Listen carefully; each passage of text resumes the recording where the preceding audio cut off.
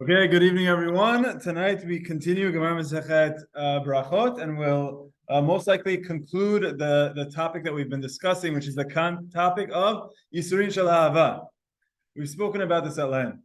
Each and every one of us, there are times where we have our personal struggles. There are times where there are challenges in our lives that we face, and we often are bothered with the question of why this is happening. Right? It happens to everyone. Some people smaller, some people shalom nida, much worse. Things that we just simply can't comprehend and understand, which is we explained that God's ways are not something that we're going to understand. Hashem told Moshe Rabbeinu, we can't understand God's ways and continue to be humans and living in this world. However, that said, we could still grapple with the question. Understanding that we may not know the full answer, we could at least explore it. So that's what our Gemara does. Talks about when someone is faced with all sorts of suffering. What's the proper attitude? So we said the first attitude is to look inward, to introspect, don't blame others, but look inside and see how can I improve something from this. Use this as a wake-up call. If you find something that you can improve, wonderful. If not, study more Torah because maybe there's something that you're missing out on. If that doesn't work, and you study Torah, you know that everything you've asked rabbis, you know what you're doing is correct, there's nothing that's blatantly wrong, then you should say that this is what's called Yisurin Shel Ahava. Yisurin Shel Ahava is a category we define. It's a category of punishments that are not coming because of sin. Person didn't do anything wrong. It's either to test them, to challenge them, to help them to grow, to build their muscle, but it's not because of a punishment, right? Now, we clarified this last week, that it doesn't mean that punishments are not coming out of love. This is Mr. Levian asked the question last week, saying everything is coming out of love. Even when there's a punishment, it's coming out of love because God wants us to improve. Yes, but that's what we're talking about here. Yisurin Shel Ahava is suffering that someone goes through, or pain, or an inconvenience, or could be some sort of affliction, but it's not because of I did anything wrong. It's because God is giving me some sort of a challenge or a test out of a positive reason. Okay, Rabbi Yochanan, this is where we left off last time, and we're going to pick up tonight. Rabbi Yochanan said that there's two types of suffering that someone goes through, or a pain that someone goes through, that is not Yisurin Shel Ahava, meaning that it can't say that it's probably because of some sort of a sin. Okay, it's not Yisurin Shel Ahava. If someone experiences one of these two things, it's not Yisurin Shel Ahava, so it's Yisurin of some sort of a sin. Okay, this is a little bit challenging to go through. I myself struggle with this Gemara. Maybe you guys can help me understand why he's getting to what he's getting. Rabbi Yochanan is going to tell us these are two things that are not Yisurin Shel Ahava, which means if someone gets this sort of suffering, he knows it's because of a sin. Okay, what are those two? We're going to go ahead and see that now. Share screen. Let's go. Amar Rabbi Yochanan. So if you're looking in the art scroll, it's in 5b1. It's the column that's on the left side of the art scroll, page 5b1. Amar Rabbi Yochanan. Nigaim ubanim enan Yisurin Shel Ahava. There are two types of pain and suffering that someone goes through that is not afflictions of love, meaning it's an affliction of something the person did wrong. First one is negaim, which is like tzaraat. It's like a skin disease or some sort of a skin discoloration, which we know tzaraat, the Torah speaks about. That's called negaim. Ubanim, and children. So we have to define what about children. What does that mean? Children is not Yisurin Shel Ahava. What does that mean? We're going to expand on each of these one at a time. Unegaim lo is negaim, meaning someone gets tzaraat on their skin. Is that really not an affliction of love? Maybe it could be. V'hatanya, kol mi sheyesh bo echad me'arba'a marot negaim halalu. The Braita tells us something. That's the times of the Tanaim. So what the Braita says is anyone who gets tzaraat, one of the four different types of tzaraat, einan ela mizbach kapara. That is like as though it's an atonement, as though the person is bringing an offering on the altar. It says, "Oh, you brought a korban," meaning it's good. You brought a korban in the Beit HaMikdash. So Rabbi Yochanan is telling us that if someone gets skin disease, tzaraat, nega tzaraat, that is not Yisurin Shel Ahava, meaning it's not coming out of love. But you have a Braita that says, but it gives you atonement. So the Gemara says very simple. Mizbach kapara havu. Yes, it's atonement for some sort of sin. Yisurin shel ahava lo havu. But it's not Yisurin shel ahava. It's not this love that comes out of affliction, this affliction that comes out of love, meaning that it's completely disconnected from sin. Is that clear? This concept of Yisurin shel ahava, the key of Yisurin shel ahava is that it does not come because of sin. So then you say, well, he says Negaim is not coming because of sin. But he says, what are you talking about? The Braita says it's an atonement. And he says, yeah, exactly. It's an atonement for sin. But don't say that it's coming out of love. Hashem will not give someone tzaraat out of love. Okay? That's the first answer. We did this last week. This is the second answer. Halan v'halahu. It depends on who you're talking about. This is for us. This is for them. Okay.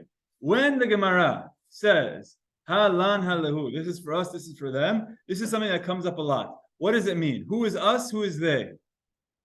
Raise of hand. Who is us? Who is they? Yeah. Yeah. No, okay, very good. So you might say it's Bnei Yisrael and the Goyim, but that's not what it is. Close.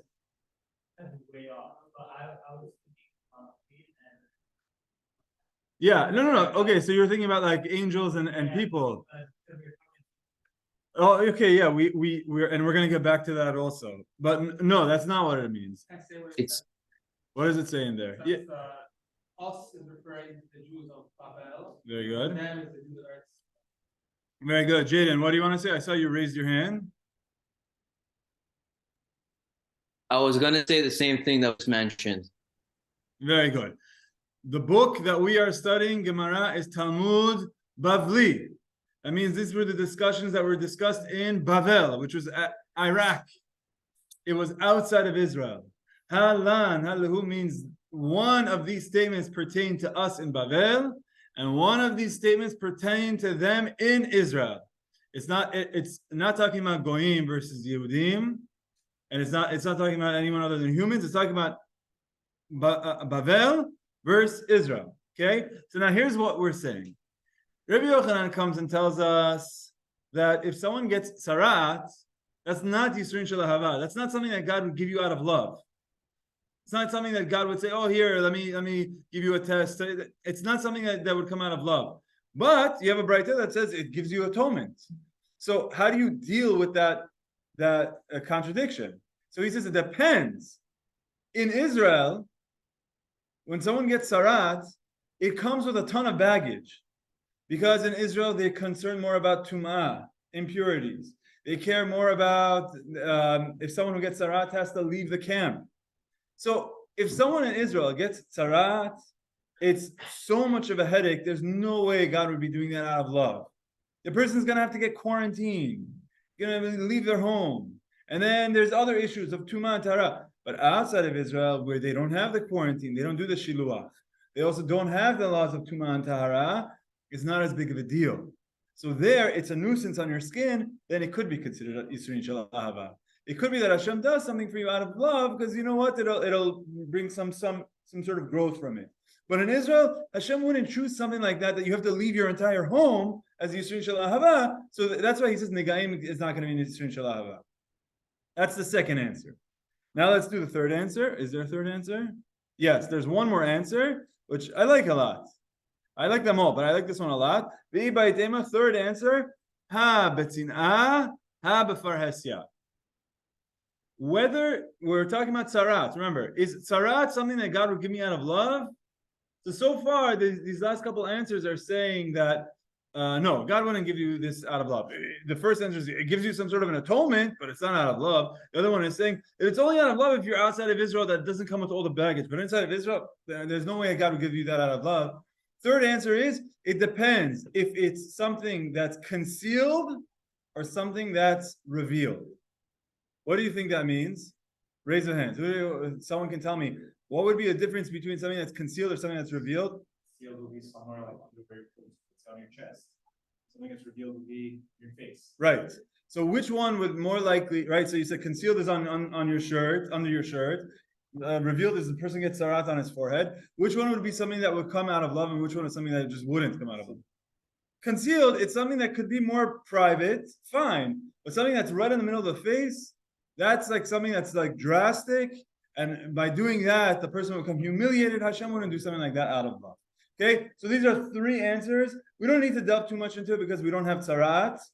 If it's a question, again, you saw Itai sent a message in the chat. If it's a question related to this, I'll take it. Otherwise, we'll move on. Yeah. It's more harsher on the face. The tzaraat is the atonement for your lashon hara. Isn't that a form of love, though? Oh, so you're asking Mr. Levian's question from last week. Again, okay, we have to be clear. When we say Yisrin Shel Ahava, is a type of punishment that comes not on account of sin, but fully out of love. Whereas other ones is on an account of sin. It's still coming out of love. It's still an atonement. It's still Hashem telling you, look, my son, wake up. You're doing something wrong. I love you. Don't act like this. The way you're acting is incorrect. That's why I'm giving this to you. It's all coming out of love. But when we say Yisrin Shel Ahava, that's a term used to define something that there's no sin involved. There's absolutely no sin involved. So in a situation where there's no sin involved, Hashem afflicts you, that there's something else I'm supposed to get from it. It's supposed to test me. It's supposed to, like for example, a child comes to his father and asks for something and then spills water on him. And then the father says, hey man, Shikadam, what did I do wrong? I didn't do anything wrong. And he said, you didn't do anything wrong. The kid spilled this on you. It has nothing to do with something wrong. In your mind, don't think that this is some sort of punishment from Hashem. It's a kid. It spills on you. Don't think that the kid doesn't like you. Like all of a sudden you're going to say, wow, the kid hates me. Why does the kid hate me? Because the kid colored on me. He hates me. What's the connection? So now that doesn't mean, now if the kid is upset at you and he hits you, then you say, okay, there's something that happened that's causing this. But the kid coloring on me, nothing happened to cause this. Maybe it's not the best example, but the idea here is like all of it is coming out of love. It's just a matter of, was there sin involved or not? If it's Yisrin Shel Ahava, that's what we're calling something that there was no sin involved. Yeah.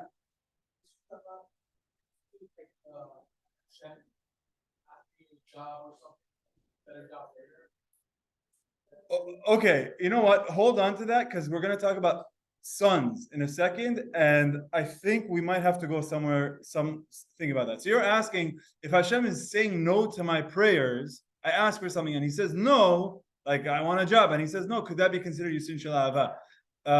Let's hold on for a second because I want to talk about the children. There's going to be a Gemara that the next Gemara, and then maybe we'll connect. Was there another question on it? Okay, let's go. Yes.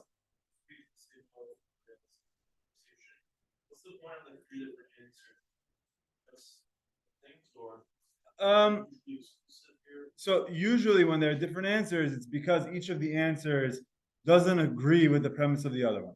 So for example, the one that says concealed versus open would say it doesn't matter whether you're in Israel or not, because if it's concealed, you're going to be humiliated here or there. Right? It doesn't matter. So usually the answers are somewhat exclusive, but not always necessarily the case. Okay, let's keep going.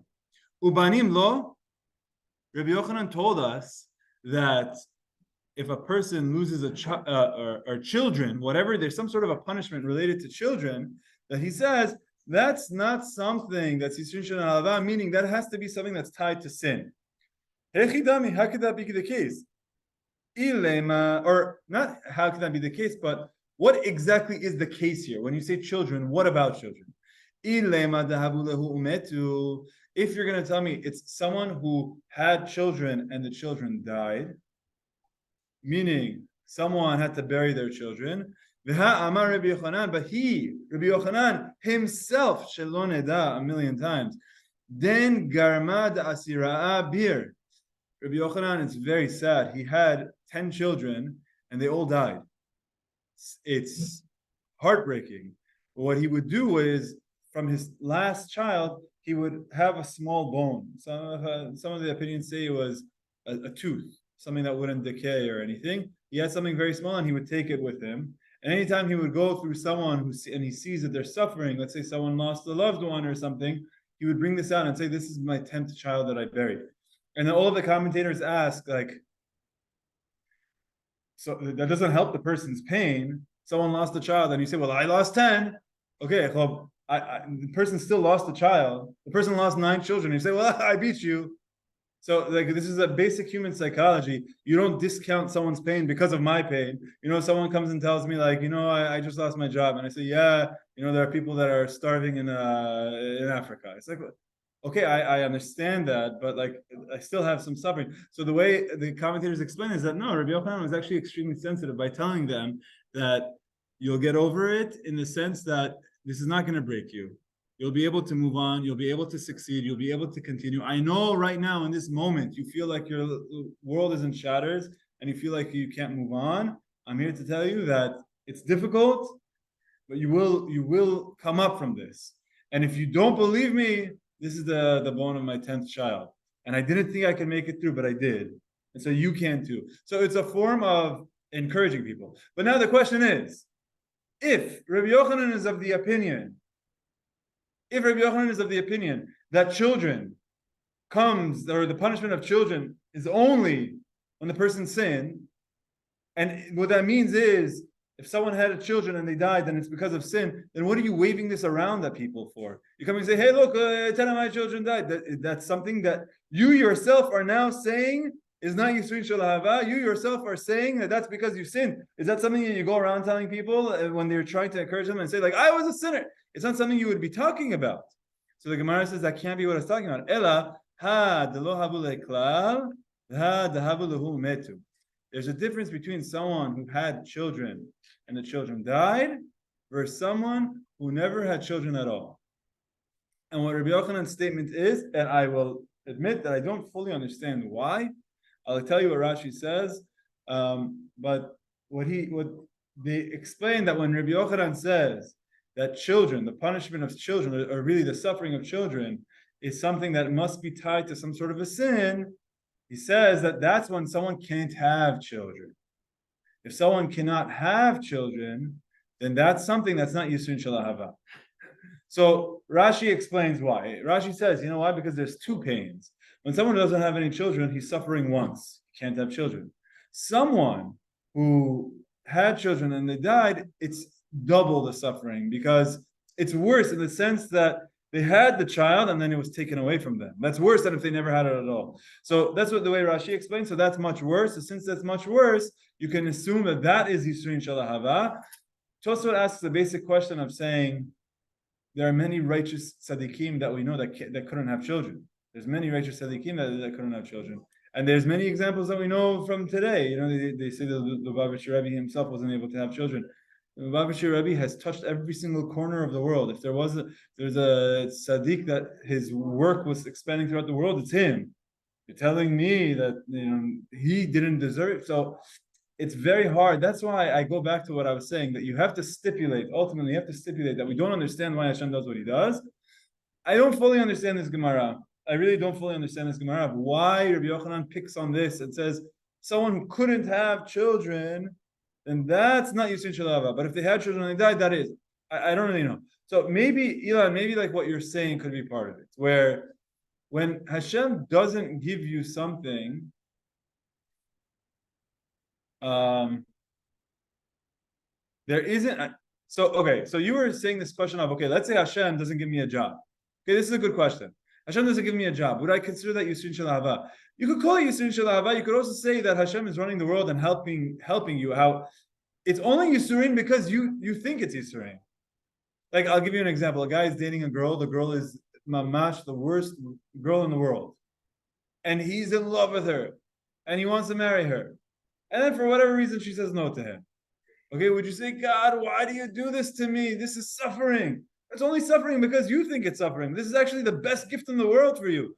You're suffering because in your mind, you think this is good for you. It's not suffering at all.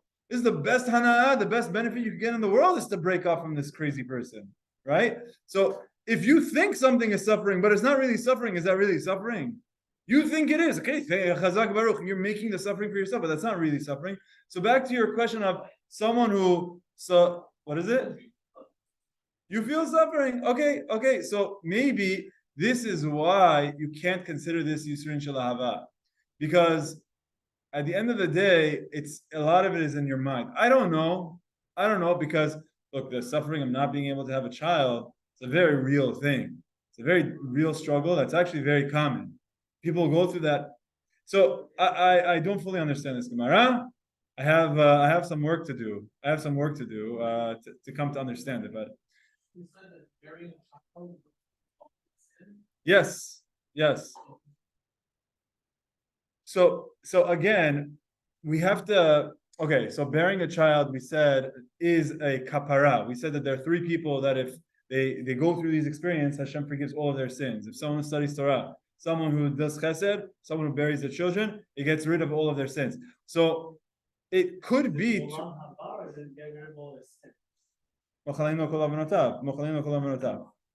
It clears up all of his sins. It's like the first line. It's the first line of the last Gemara that we did.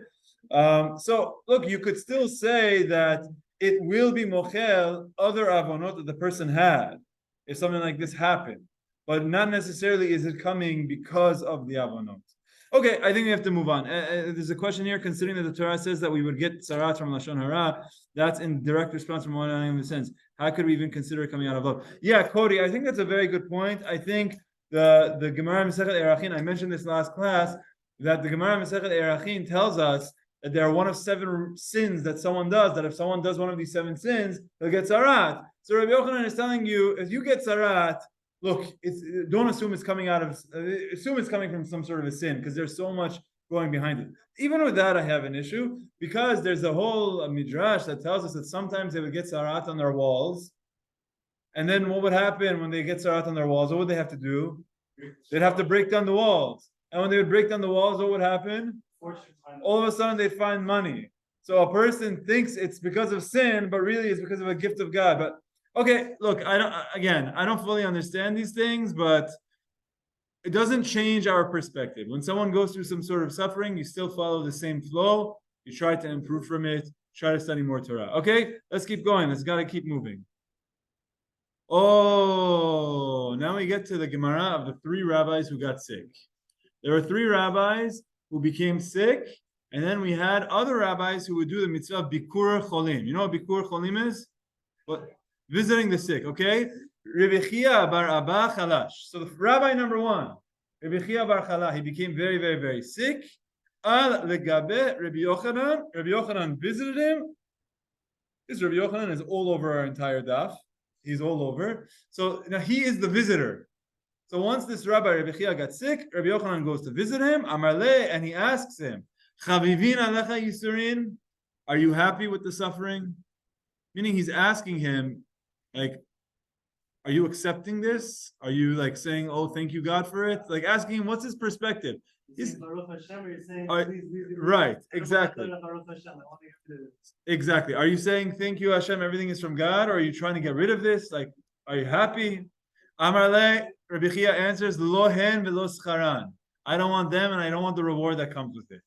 Wow. On a daf that all we're saying is that sometimes suffering will clear up our sins, sometimes it's coming out of love. You have one of the rabbis say, like, I'm checking out. Thank you very much. I'm okay. I don't want the suffering, and I don't want the reward that comes with it either. So, Amar le, he says to him, Havli yadach, give me your hand. This is Rabbi Yochanan. He says, give me your hand. You have the yadeh, he gave him his hand, ve'okmeh. And by giving him his hand, he was restored to health.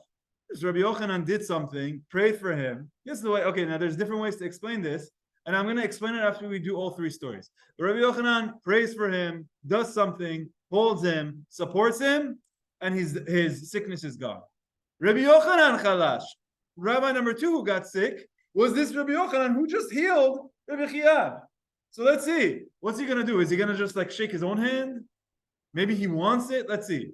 So now Rabbi Chanina comes to visit Rabbi Yochanan.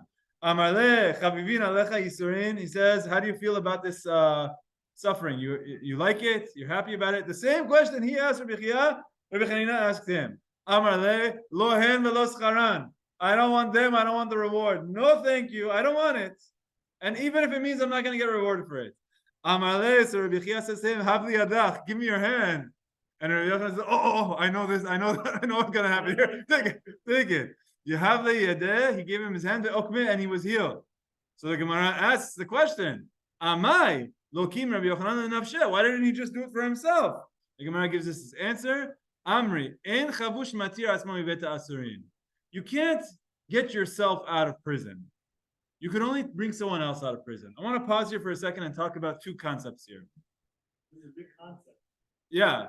So concept number one that we want to speak about here is this fact that the rabbis didn't want the suffering. Okay? You remember we learned this together, that when someone gets Yisrin Shel Ahava, they have to accept it. They have to be willing to accept it. They have to say, yes, I'll take this as love. And if they don't, it's not accepted. This is what we said in the Gemara. It has to be like an Hashem. The same way how I bring a korban and I have intention to do it, I have to receive the punishment with, or the suffering with it. I have to accept it. But these rabbis are not accepting it. So the way the commentators explain it is like, it's not that they're upset at God and they're complaining and they're saying this, that. He asked them a question. He asked him, look, if you had the choice to get rid of this, would you get rid of this? And he says, yes. Oh, but it's good. He says, I understand that it's good, but I'm still suffering. So you see a very beautiful concept here, is that we're explaining and understanding that suffering can be for the good. It could be for kapara. It could be coming out of ahava. It could be making us to grow. But that doesn't mean that we have to go chase after that suffering. It doesn't mean we have to bring the suffering on ourselves. And it doesn't even mean that we have to love it. We don't have to. So why is this important? I'll tell you why. Because if someone is going through suffering and they have this in their mind, that this is a gift from Hashem, which it could very well be, but you still need to pray to get out of it. You should never give up. Shalom neda, shalom neda. Someone gets cancer. Shalom neda. Should the person be praying for Hashem to help him to heal? Of course. Every single tefillah, every single day should be praying Hashem to heal me. It doesn't mean that I don't accept and understand how there's something good coming out of this. Okay, there's something good coming out of it, but I'm still trying to get myself out of it. So that's where the perspective of Rabbi Chia, where it says that I don't want in and I don't want its reward, means like I'm ready to move on past this. I experienced what I need to experience. I still don't want it. Okay, that's concept number one. Concept number two I want to explain is this idea that Rabbi Yochanan was able to hold Rabbi Chia's hand and to help him to feel better. Now, how did that work? Was he did he have a magic touch? Maybe it could be, number one, it could be a psychological thing. The way the Gemara explains to us is that when someone visits the sick, it's like taking away 1/60th of their sickness. You take it away. It really helps. Someone is sick, and then you go and you lift up their spirits, you cheer them up, you talk to them. They feel loved, they feel like connected. It helps them. So this like heart-to-heart conversation that Rabbi Yochanan, you should understand, was the Gadol Hador. Imagine all of a sudden someone is sick, someone's in the hospital, and then all of a sudden you have the Rav Rashi of the world come to visit them. It has an impact. It affects them. It brings them up. Rabbi Ben tells us these stories of once when Rav Ovadia Yosef was sick many years ago, and Rav Ezra Atiyah, who was the Rosh Yeshiva, went to visit him and says, come on, get up. It's time for you to get up. You can't lie down anymore. Get up. And he supported him, and he got up, and he got better. Was it that second? Did he like jump up? No, but it happened with time. So it could be this is the idea. After this visit, Rabbi Yochanan came, prayed, lifted his spirits, brought him up, and he became better. It doesn't mean like that second he just got up and walked around. It could be that it happened. Like, okay, that was a turning point. So what does it mean that that a person in prison can't bring himself out of prison? That means no matter how strong you are, everyone needs support. Everyone needs someone to lean on. You all need somebody to lean on. It's like Al Green, no? It's like a song. You have to have some support. Even the psychologists need psychologists. Rabbis need someone that they could go to talk to them. This is my wife, Baruch Hashem. Like you need your own support. Now you might say you're spending your entire life helping other people. You're getting people who are sick. You're visiting the hospital. You're getting everyone sick. You can't do it for yourself. The answer is no. You can't. You need a shoulder to lean on, which is a very, very, very, very important concept. That even the Rabbanim need someone. Even someone who is the psychologists need psychologists. Doctors need doctors. This is something that's very important, especially when someone is going through a hard time. It's very hard for them to pick themselves up. They need support from others. I think that's the importance and beauty of having relationships, having a community, having people around you to support each other. And you need it. We really need it. Okay, good. Any questions on that? Any questions on those two stories? Okay, so we did two stories. First story, Rabbi Chia was sick. Rabbi Yochanan asked him, how do you feel about this? And he says, decline. No, thank you. So he says, okay, we'll get rid of it. Then Rabbi Yochanan was in that position, and Rabbi Chanina visited him. He gave the same answer. Lo hen velo scharan. I don't want the sickness. I don't want the suffering. Even if it comes with a reward, I don't want it. Third story. Rabbi Elazar halash. Okay, a little bit different twist to this story. Rabbi Elazar got sick, and guess who went to visit him? Rabbi Yochanan. Rabbi Yochanan is the one who he would do the bikur cholim. I mean, all of them would, but Allah gabe Rabbi Yochanan. So Rabbi Yochanan goes and visits him. Chazad have a kagane bebet afel. He saw that the room was very, very, very dark. Galiel lidra'eh unfal mehora. Okay. He exposed his arm. It looks like he went like this. He opened up his sleeves, rolled up his sleeves, and showed his arms. Okay? And there was some sort of a light in the room. Now, does that mean that his skin was illuminating? They do say that he had very, very light skin. It could be, you don't necessarily need to say that it was a physical light, or maybe it was. Maybe he was like a glow. He had some sort of a glow to him. But whatever it was, this is how the story goes. He comes there, it's a dark room, he rolls up his sleeves. And Rabbi Elazar is crying. So this is the first time we saw crying. The other two situations, they weren't crying, but this time Rabbi Elazar is crying. So Amarle, so Rabbi Yochanan says to him, Amai kabachit, why are you crying? Torah de lo afshat. Is it because you feel like you haven't accomplished enough of the world of Torah? This is Rabbi Elazar, one of the Tanaim, who's done so much for Torah. And he says, is it because you want to keep going with Torah and you feel like your job's not done? Shaninu. We learned in a Mishnah. Echad hamarbe ve'echad hamamit. It doesn't matter whether you do a lot or a little. What matters is if your heart and soul is dedicated to God, and your heart and soul was dedicated to God. If it's your time now, don't feel sad in the sense that you can't accomplish more. It's your time. You did everything that you could. Why are you sad? Is it because you're poor? You didn't have that much money. Rabbi Elazar lived in poverty. He said, is it because of the poverty that you have? And he answers him, okay,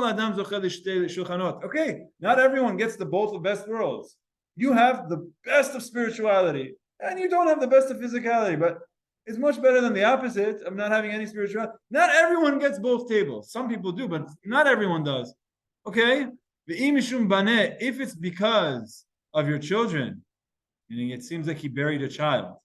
If it's because of that, then garmada asira abir. This is the bone of my 10th child that I buried. This is the story that I was just telling you about. Rabbi Yochanan would say, here's a situation where he's going to visit someone who's sick, and the person is like, Rabbi Elazar is just distraught and destroyed. And he says, why are you crying? You've accomplished so much.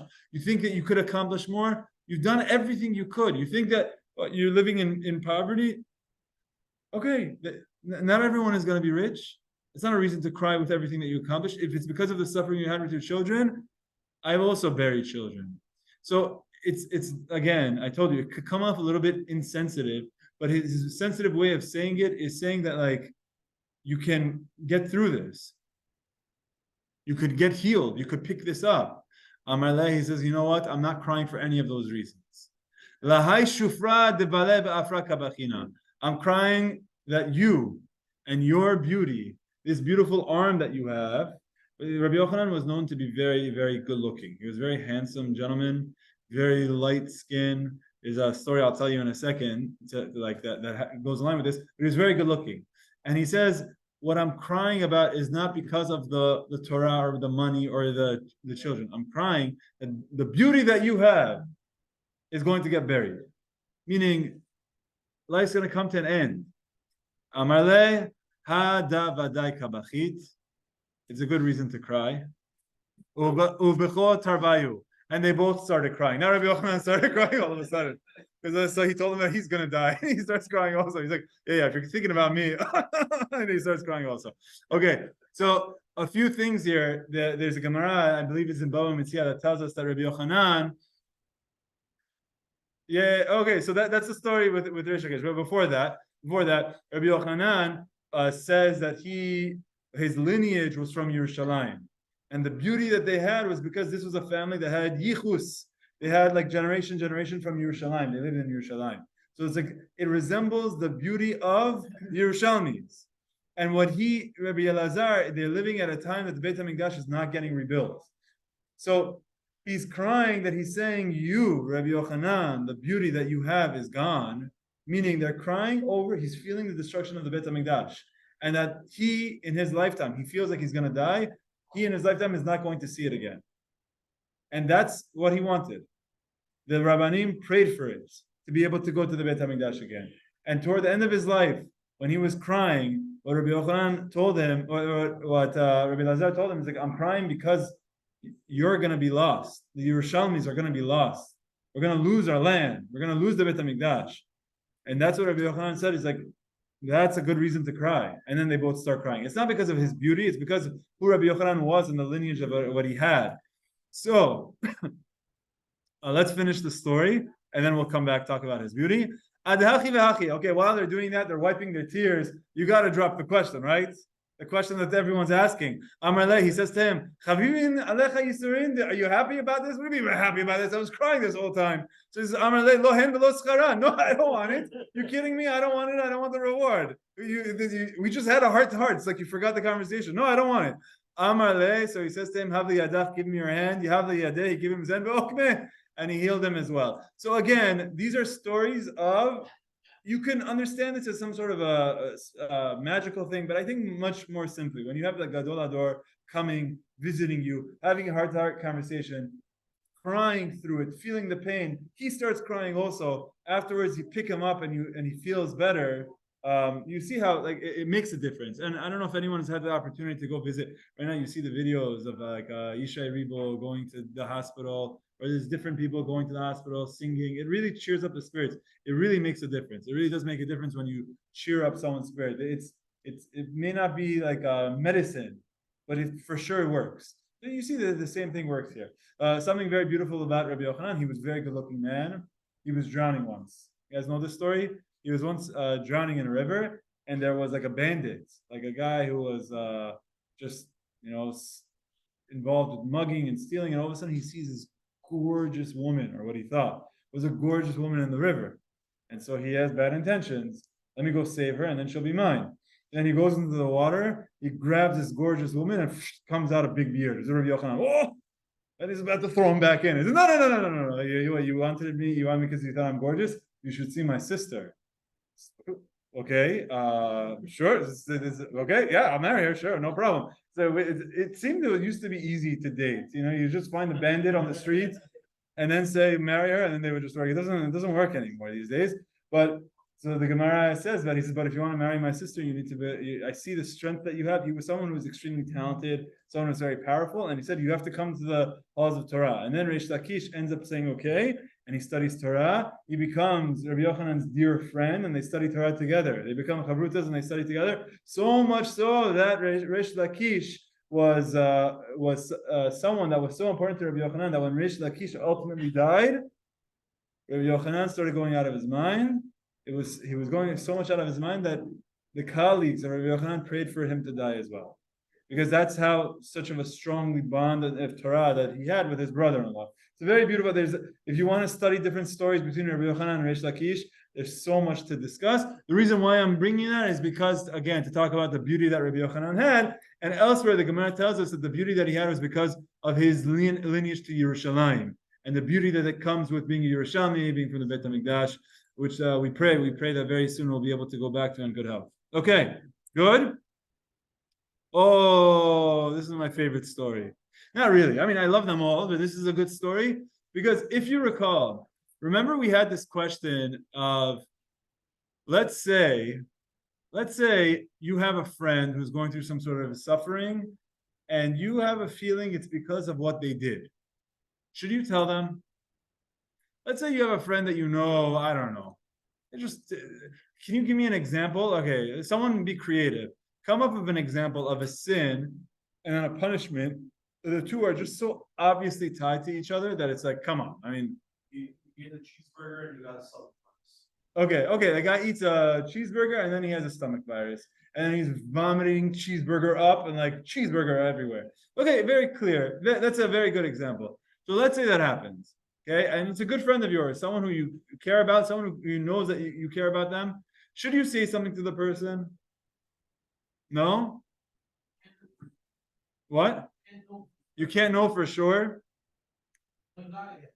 Okay, very good. So I'm happy. First of all, I'm very proud of the shiur for saying no, because this is something that I feel very strongly about. Again, that the whole question is something you should say about yourself, but not to point toward other people. Okay?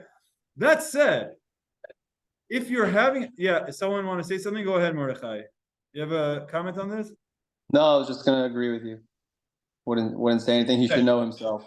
Very good. It's all for yourself. Again, you guys make me proud because that's something that I feel very strongly about. So good. Baruch Hashem. I'm glad I was clear with that. And I'm glad you guys internalize that. But there are times where maybe the person is asking for it, asking for some help, asking for some encouragement.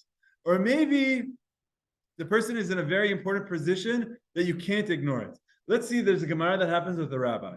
Okay? You're going to see what happens. Rav Huna had vineyards, meaning he would grow grapes, and with that he would sell wine.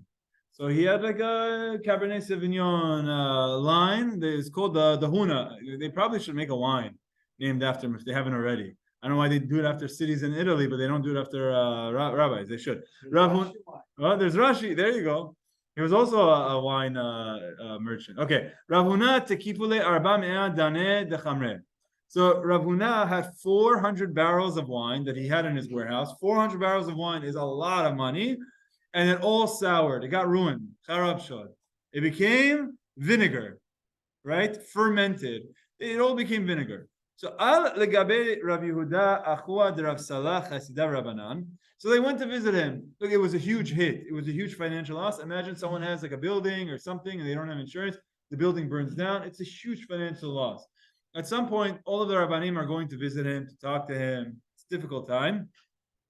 So it was either those rabbis, Rabbanan, some say it was actually Rav Adan, the Rabbanan, whoever it was, and they said to him, La'ayen mar b'mileh. I think, they tell him, we think that you need to introspect and look at your actions and ask yourself, why is God doing this to me? So exactly what we were just saying that you shouldn't do is what all of the Rabbanan were telling Rav Huna, like, what are you doing wrong that God would do this?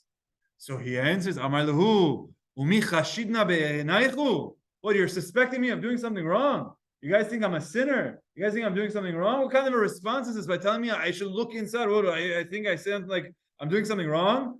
So without much sympathy, Amruleh, they respond to him, Mi chashid kucha brechu, David dina belo dina. What, should we suspect God is doing something that's unjust?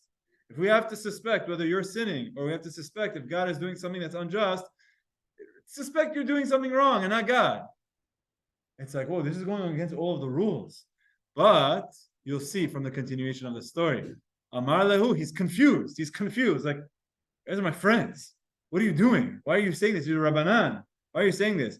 Amar lehu, I'ika man deshmiya la'alai milta lema. Did you hear something?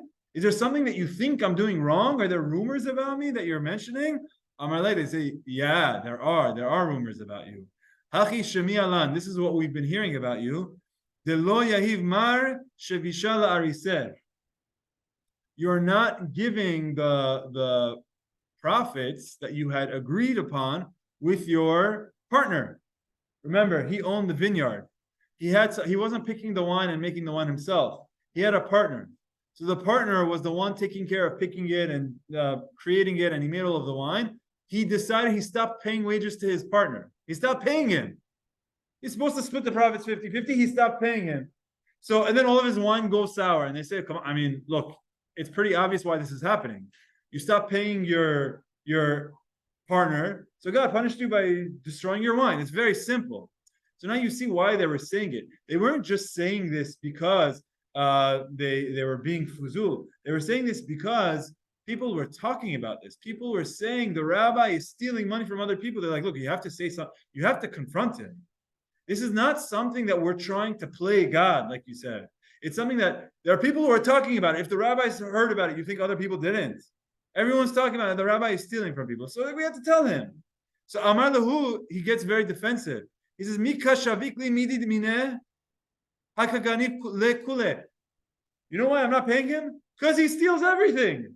He takes more than half. Whatever we agree to, he takes whatever he wants. He takes on top of it. The reason I'm not paying him is because he doesn't leave anything for me. We're supposed to split 50-50. He's taking 90% of it. And now you're saying, why don't you pay him? Because he's taking everything. I don't have what to pay him with. So Amrulay, they say back to him, doesn't matter. You don't steal. Hainu de Amri Inshe. This is what the common saying goes. It's like a saying that people say, Batar ganava ganov. If you steal from someone who steals, you're gonna taste you're gonna enjoy the taste of theft because you're stealing. Even though you might justify it that says, I'm stealing from someone else who stole, so I'm allowed to. Look, if he stole something from you and you go and you take it back, that's one thing. But that's not what you're doing. You're not going and taking what he took from you. You're saying, since he took from me, I'm not going to pay the wages that I had agreed that I would pay him. That's stealing. And you might say, well, he's stealing from me. Okay, he's stealing from you. You don't steal from him. Why? Because you're now experiencing theft. And when you experience theft, you start to like it. Or at least you start to, that starts, sorry? That is considered stealing. This is a halacha that comes up, that if someone stole something from you, you can take it back.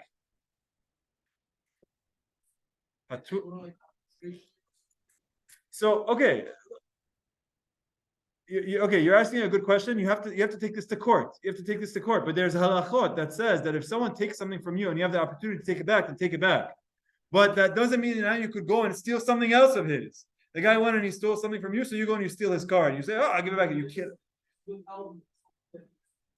That's a form of stealing. That's a form of stealing. And even if, so that's what they're saying. That's what he said. That's what he said. He said, I'm just taking what's mine. And they say, no. The way you're doing it is not kosher. You want, go to court. Go to court, we say this, and then you decree, then you get to keep the money. But you can't just go on your own because this is a form of theft. Okay? So you see here. Now, Ilan, don't like go act on this. We're not learning the laws of Choshen and Mishpat here. It's like this is a story. This is a story. It could be that he was allowed to, but the rabbis didn't like it because he was a rabbi. Look, at the end of the day, even if a rabbi gets involved with financial disputes with someone else, even if he's right, it's not good. People will hear it's not good. So this is what happens.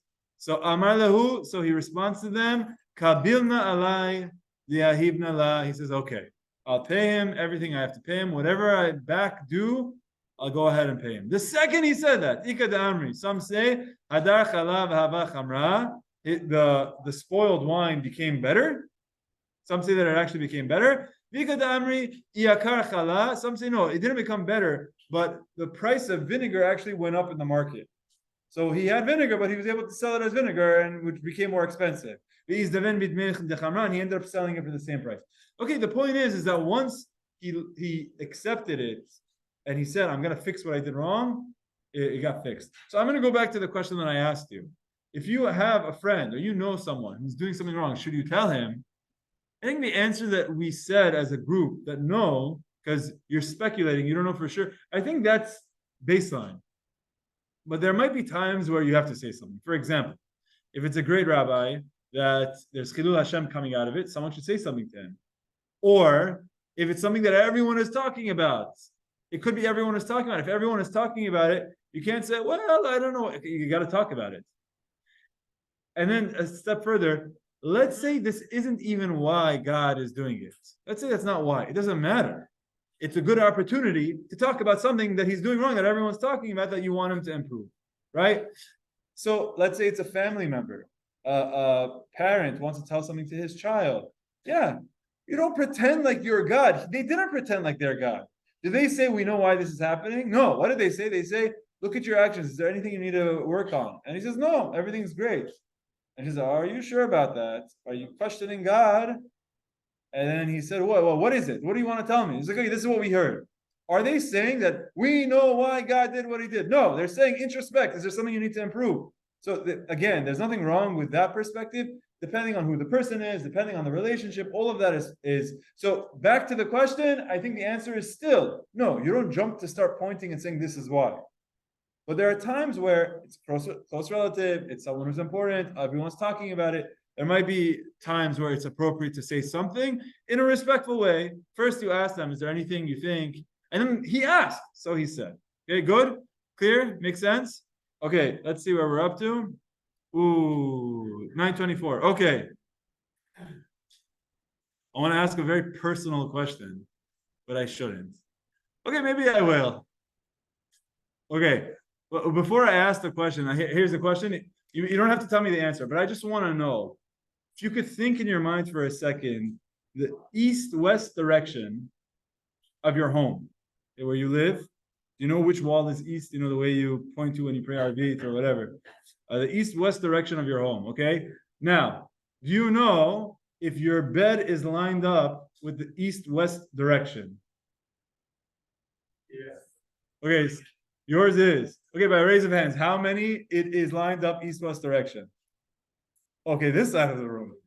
And how many is not lined up east-west direction? This side of the room. How'd you guys do that? That's amazing. You guys decided to sit from there and up. Okay, so let's talk about this, okay? Because it's a very interesting Gemara. I'll tell you, whoever has their bed in whatever direction, by the end of this shiur, I'm not going to tell you to go move it. Don't worry. You're not going to be required to go move it. But as you're learning this Gemara, for a second, you're going to say, oh man, I have to move it. But I'll explain. You don't actually have to. But let's go ahead and see what the Gemara is, okay? I want to cover these next two topics. Okay, here we go. Share screen.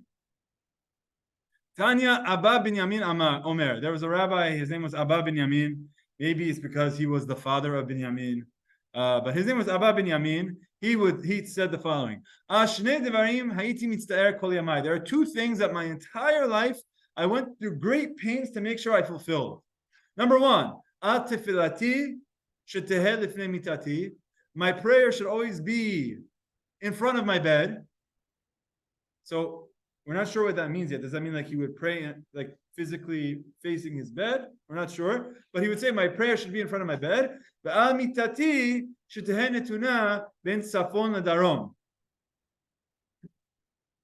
My bed should be aligned north-south.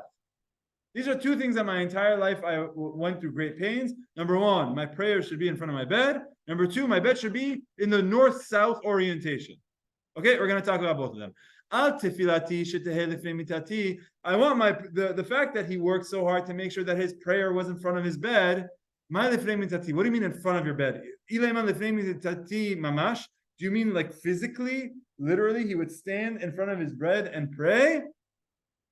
But there's a statement by Rav, or Rabbi Yeshua ben Levi, but there's a saying, there's a law.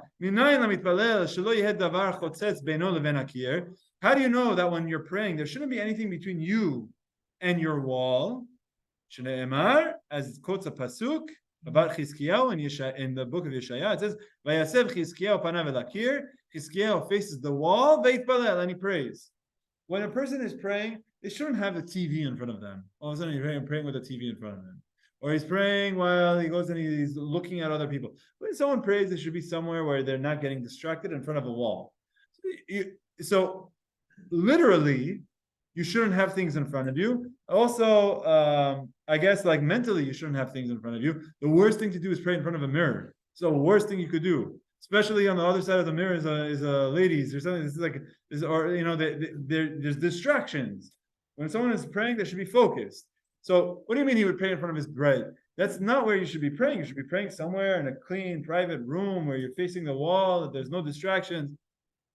So the Gemara says, Lo tema lifnei mitati. It doesn't mean physically in front of my bed.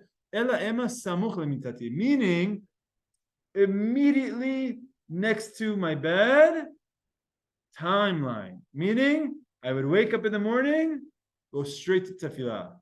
I wouldn't start doing other things in the morning. I wouldn't go to work. I wouldn't check my email. I wouldn't, exercise. I wouldn't shave. I wouldn't do this. I wouldn't do that. He says the first thing he would do in the morning is to go pray. We'll speak about that in a second because I'm sure some of you do other things in the morning as well. So when he says my entire life, Haiti Mister, means this was something that was difficult for me, but I went through great pains to make sure I was committed that the first thing I would do in the morning was to pray, no matter what. Now, Rashi says that he also wouldn't even learn Torah before the prayer Tosafot has an issue with that. Tosafot says, what are you talking about? It's okay to study Torah. There's many rabbis that would study Torah. Many rabbis would give shiurim before. There's many shiurim that happen before the prayers. Tosafot doesn't like that. There's different discussion about it. But the point is, outside of like Torah or tefillah, he wouldn't do anything else. Okay, he wouldn't all of a sudden say, I have to take a trip to the DMV. I have an 8 o'clock appointment at DMV, and then I'll go to tefillah afterwards. He wouldn't do that. Okay, so this is what Abba Binyamin would say. That's number one. And I want to speak about this, but I want to, you know what? Right now is a good time to speak about it. Are you allowed to shower in the mornings before tefillah? Are you allowed to shave in the morning before tefillah? Are you allowed to go to Equinox in the morning? And if you're talking about Equinox, don't look at me because I have never stepped foot in there. Sometimes I wish I would. But are you allowed to go to the gym before you go to tefillah? Are you allowed to mow your grass or mow your lawn? Are you allowed to do work, email, study? Are you allowed to do this stuff before? Sorry, go to a doctor's office, have a coffee, get a haircut.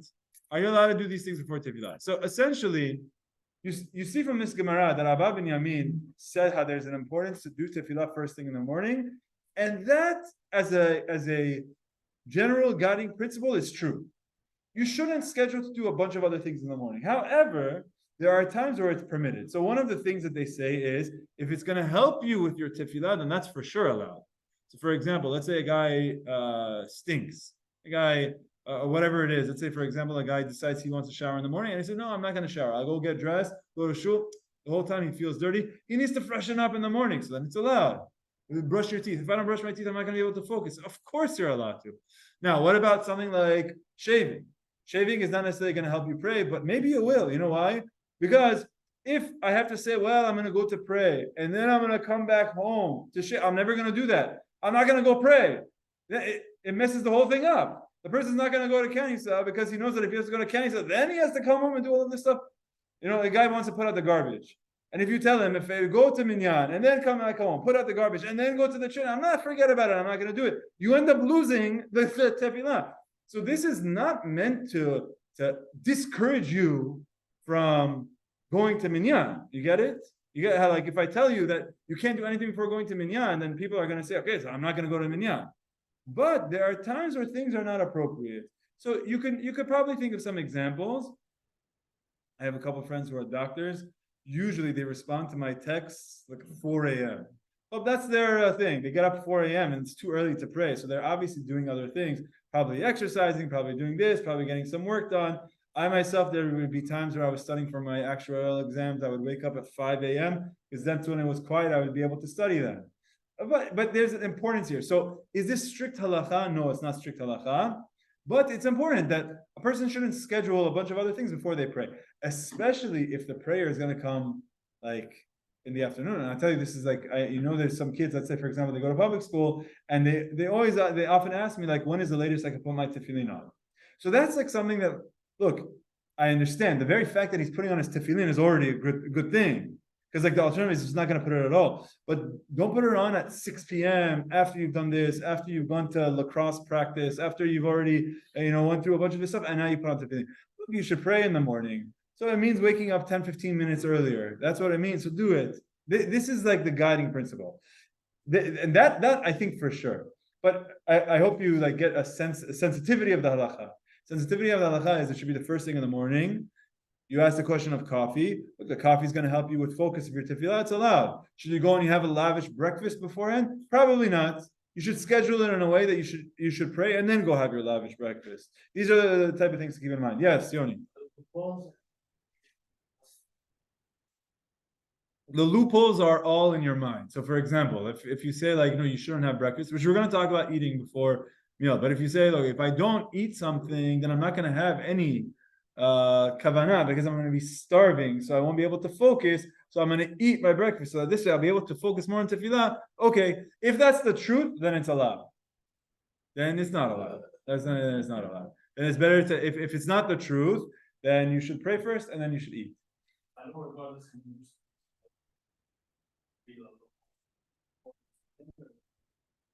So Abba Binyamin would do it as, meaning he's talking about his amidah.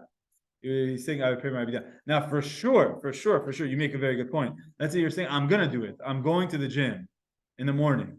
So beforehand, 100%, a person should do Netilat Yadayim. They should say Birkat HaShachar. There's a couple of Berachot that you say in the morning. You say Asher Yatzar. You say, go through the Berachot. You say Birkat HaTorah, and then go. That doesn't need to take more than 3-4 minutes. That you should. You should for sure say that first thing in the morning. There are times where you have to go do something else in the morning, but it shouldn't be your schedule. Again, I'm going to go back to what I was saying. Now, someone's going to say, look, this is my I know people who they work out at 5 a.m. The people that if they don't do that, then they're not going to be able to get in a workout. You do? 5 a.m., you go to where? Equinox? 3 times a week at 5. What time? Wow, how are you awake right now? You went this morning? Yeah. Okay, very good. So people are busy during the day, right? So if you don't do it in the morning, you're not going to end up doing it. And if you don't end up doing it, then you're going to say, well, I'm not going to end up praying, or I'm not going to end up praying with a minyan. So you don't want to end up hurting yourself. But if there's a way that you could schedule it, like if, let's say, for example, you could go to the gym 20 minutes later and you could put on your tefillin and pray at home before, that's how it should be done. Okay? So your question of, are there loopholes? If it's a legitimate reason as to why, then it's allowed. Some people like showering in the nights. Some people like showering in the morning. If you feel like I need that jump, I need to do that, it wakes me up, you're allowed to do it. Of course you could do it in the morning. You shower in the morning, everyone does it. So, yeah, but again, let's say for you it makes no difference, so then do it at night. Fewer things in the morning. This is what Abba Ben Yamin would say.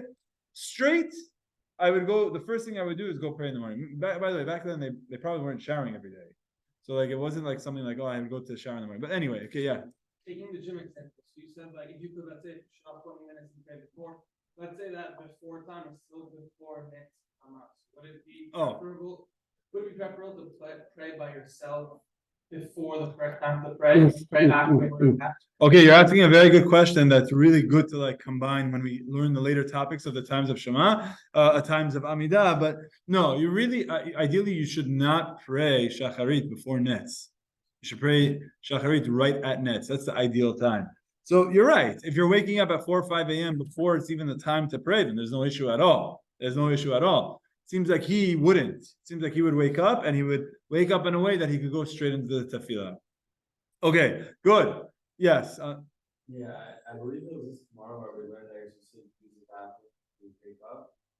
Was it not this? You didn't learn it with me. You learned it with someone else? Yeah, I learned it in the morning. Before you go, you're supposed to use the bathroom. So how does that? See, Ben, these are the problems when you're a Talmid Chacham. You forget where you learn things. It just goes in there, and you think we learned it here. We didn't. But yeah, so of course, there's another halakha that says someone who goes to the bathroom, someone has to go to the bathroom before, because kol atzmotai kal atzmotai tomarna mi chamocha. You want your entire body involved with the tefillah. If you have to go to the bathroom and you're holding it in, or your bladder is about to explode, you're not focused on your tefillah at all. You're focused on making sure you don't get your clothing dirty by going. You're like holding it in. So for sure, before someone goes to the bathroom, before they pray, they are required to go to the bathroom. Again, you have to take this with a grain of salt. It doesn't mean he wouldn't do anything, but things that weren't completely necessary, going to the bathroom, you have to. You absolutely have to go before your tefillah. If you don't have to, you don't have to. But if you have to, you have to go before tefillah for sure. It's a requirement to check to make sure that you don't have to go to the bathroom before tefillah. Okay, look, I really want to do the bed thing, so you could go all home right now and change your beds. He says, my entire life I went through great pains to make sure that my bed was aligned north-south.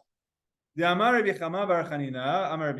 there was a rabbi, Rabbi Chama bar Chanina, said in the name of Rabbi Yitzchak, if you put your bed in the north-south orientation, Havyan le banim zecharim, you will have many children, you will have boys. Anyone who's having girls is because your bed is east-west. You should be doing it in a north-south direction. Shlemar utzfunecha temale vitnam yisbeu vanim. It's a pasuk in Tehillim that we're going to change we're going to read it in a non-literal way. Utzfunecha means those who are your buried treasured ones. Temale vitnam, you will fill their bellies. Yisbeu vanim, and they will have many children. Okay, but now what we're saying is utzfunecha, not your treasured ones, meaning Am Yisrael. This is like the word safun is like tzafun. It's something that was hidden. Or we do afikoman. Safun means hidden, but it also means safon is the north. So this is utzfunecha. by being in the north, meaning by having your bed in the north, temale bitnam, the woman's womb will become filled yisbiu banim, with boys. So you want to know how to have children, how to have boys? North-south direction. Okay. One more line. Rav Nachman, did I turn the page yet? No. Rav Nachman bar Yitzchak Amar, af en ishto mapelet nefalim. Also, they won't experience any miscarriages either by having their bed in the north-south direction. As this pasuk says, by putting your bed in the north, the belly will become full. And it says elsewhere by Rivka Imenu, she had a full term pregnancy and she had twins. But the word maleh means to have full term. So they're going to have full term children. Okay, I want to just talk about this for a second. The bed in the north-south direction, which I believe everyone from here has it. So everyone from here, as like Baruch shiur is over. Everyone here, we got to talk. Okay? I'm kidding. First of all, it comes up in Shulchan Aruch. And in Shulchan Aruch, it talks about it with man and woman. So for those of you who are single, it's okay. All right? It doesn't matter where it is. Now, something very interesting. The Rambam brings this halacha up.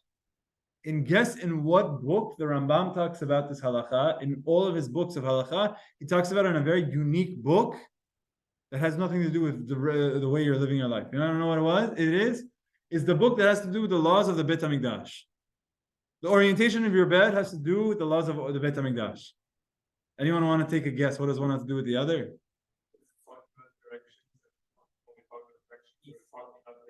So, okay, very good. So very good. So the Rambam says that especially people who are living in Yerushalayim, the Hechal, the Kodesh HaKodashim is in the west. So when someone's bed is in the west, it's like facing towards the Shekhinah. It's like almost disrespectful for a person to be sleeping with his spouse in the direction of the Shekhinah. So what do? You turn 90 degrees, so at least you're not facing the direction itself, okay? Now, there's one more thing that complicates this. When I say north-south, what are you assuming is the north and the south?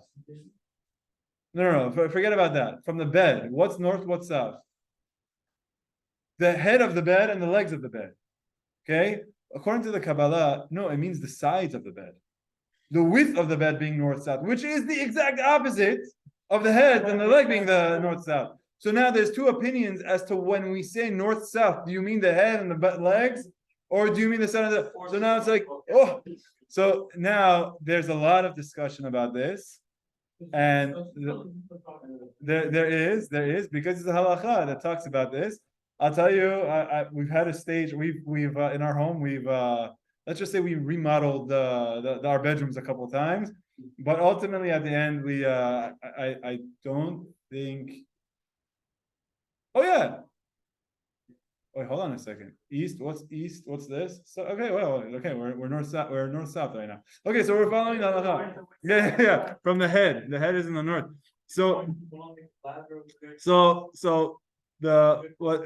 There's so much discussion about this, and basically you should know that this halacha is really not so much concerned with.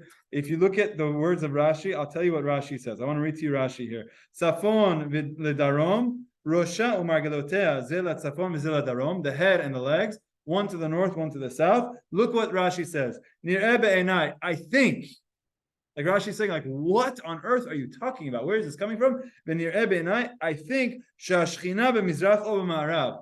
The presence of God, the Shekhinah, is either in the east or the west. Lefikach nachon lahasev derech tashmish l'rechot acherot. It's proper that when someone is having relations, they should be facing the other direction. But even Rashi's expression is, it's proper. They all pick up on this. And Rashi's saying, like, it's not required.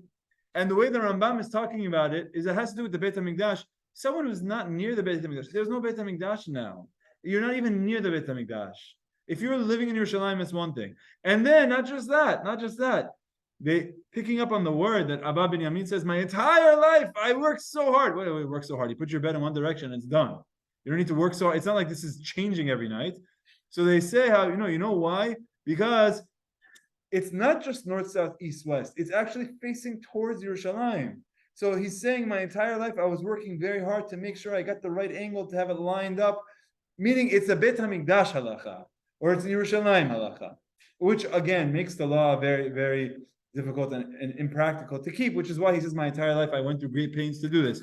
So, do you have to do this or not? The answer is, look, if it makes sense, if you're building a house from scratch and you get to do whatever you want, or if you have the orientation of your room and it makes sense to do it, and you don't know, hey, the room is a perfect square and the door is right in the corner. I could do it this way or that way. Okay, so keep the halacha, do it. But if not, there are many that say nowadays it doesn't have to be kept. I read that Kav Chaim said how this is something that is not necessarily, many of the Ashkenazim don't. Many of them say, especially since the Kabbalah, according to the Kabbalah, you're talking about the width. It's like, don't view it as a way that you're going to be doing something wrong. View it as a way that no matter what direction you're facing, you're doing it right according to someone. Right? Because if you mean head to legs, or if you mean side to side, according to someone, you're doing the right way, so you have what to rely on. So you don't need to go home and change your bed. But this is something that's extremely interesting in Gemara, and the reasoning behind it is because I think the reasoning behind it makes sense. But even that, the reasoning behind it is, again, when someone is in Yerushalayim or someone is praying and they're facing towards the east. The east is the direction that they're praying. Imagine a person is praying and in the house they're praying towards the east. Where's the east? This direction. He's praying, and then the next thing he has, right over there, he has his bed. It's a little bit like improper. So instead, he faced the other way. Really, Hashem is everywhere. Hashem is in the east, he's in the south, he's in the north, he's in the west. Hashem is everywhere. But there's a message here, but you could see how this is not a halacha that's really kept by many. So these are the second halacha that we learned tonight. That we learned one halacha from him of not doing things before tefillah, and we learned another halacha of the direction of his bed. Both of them there are tons of exceptions to it, as we're discussing, which makes sense as to why he's saying my entire life, these are the ones that I kept, because these are ones that not everyone else kept. Right? Like these are things that not necessarily others keep, this is something that he holds highly greatly. So for those of you who are married, tonight you could just start moving the bed. Tell your wife you drop something under the bed, but then just leave it. Just leave it in the wrong direction. And then if she asks, say, I pulled something, I can't move it, and then you feel at least for one night you do that.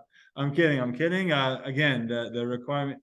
This is not a halacha that needs to be that many don't keep to this halacha, or like I said, many keep to it either according to the Kabbalah or according to Shulchan Aruch, either way. But it is halacha. It is something to keep in mind. It is written. Now you know.